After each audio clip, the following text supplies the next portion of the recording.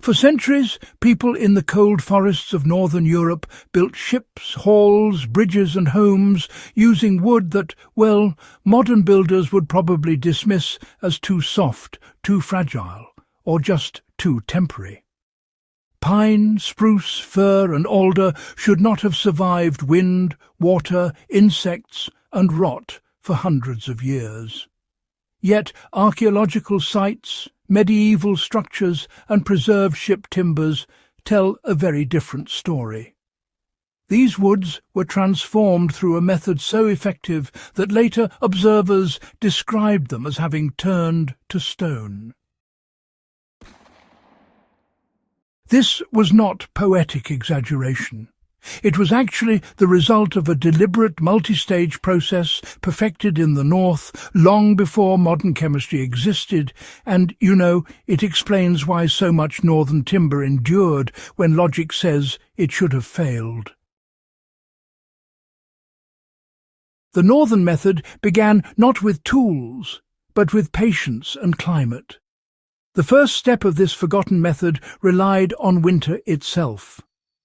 Northern woodcutters harvested trees during deep cold, often after the first hard freezes.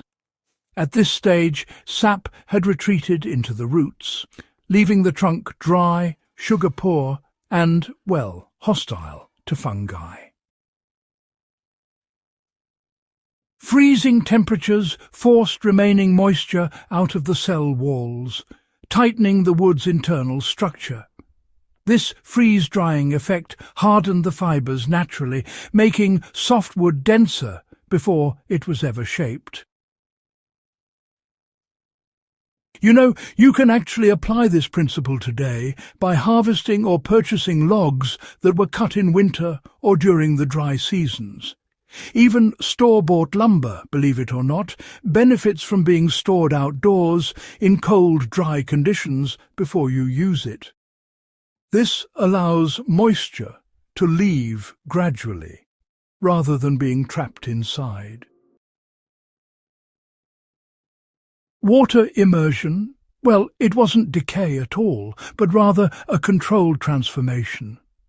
After felling, northern builders would often submerge softwood logs in cold rivers, lakes or bogs for months, or in some cases even years.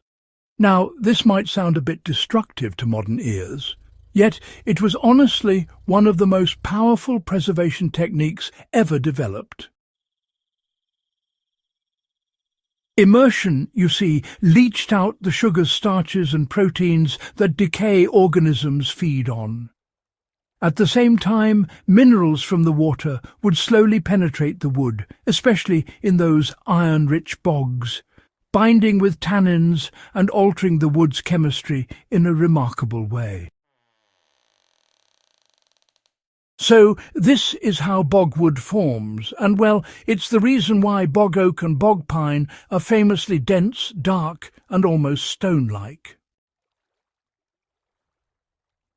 Now, while full bog preservation takes centuries, even just a shorter immersion can really improve the wood's durability.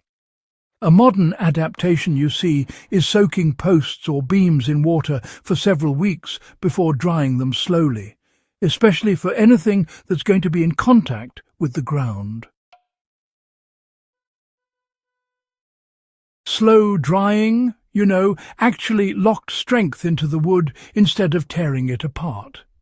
Once removed from water, the timber wasn't rushed into construction. Northern builders would let it dry slowly, often under cover but fully exposed to the wind. This whole process, it could take years. As water left the wood gradually, the cell walls collapsed inward rather than cracking outward, increasing density and hardness. Modern kiln drying forces moisture out rapidly, creating internal stress that, weakens softwood over time. If you want stronger lumber today, air drying remains superior for longevity projects. Stack boards with spacers, protect them from rain, and, give them time. This single change, dramatically alters how softwood performs decades later. One of the most misunderstood steps in the northern method was controlled charring. Builders would lightly burn the outer surface of beams, planks, and posts. This sealed the wood's pores, killed surface fungi, and created a carbon layer resistant to insects and moisture. Unlike deep burning, this process preserved the structural core while armouring the exterior. This technique, still used in parts of Scandinavia and Japan, can be applied today using a simple torch or fire pit. The key is even, shallow charring, followed by brushing and oiling. Fence posts, cladding and outdoor structures benefit immensely from this treatment. After charring, northern builders saturated the wood with pine tar, resin blends, or boiled linseed oil. These substances penetrated deeply into the hardened fibres, remaining flexible in cold climates while repelling water. Unlike modern sealants, they did not trap moisture inside. Instead, they allowed the wood to breathe while staying protected. You can replicate this by warming natural oils or pine tar and applying them repeatedly to warm wood. Over time, the wood darkens, hardens, and becomes increasingly resistant to rot. You see, design choices ensured the wood never stayed wet long enough to fail. Roofs had steep pitches, beams were raised off the ground, and, airflow was constant. Moisture was allowed to escape quickly.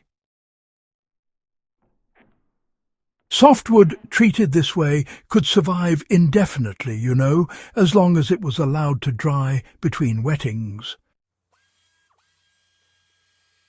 Modern builders can, adopt these principles by elevating posts, avoiding sealed joints, and prioritizing drainage over coatings. The northern method required time, space, and honestly, generational thinking. Industrialization replaced patience with speed and chemical shortcuts. Softwood was, redefined as disposable, even though, honestly, history proved otherwise. What was lost, you see, was not knowledge, but really the willingness to wait. For survivalists, homesteaders and, serious history students, this method offers more than nostalgia. It provides a sort of roadmap for building with local materials that last, all without dependence on industrial supply chains. If this deep exploration helped you see old wood in a new way, please support the channel by subscribing, sharing this with fellow history enthusiasts, and, helping keep serious, research-driven storytelling alive.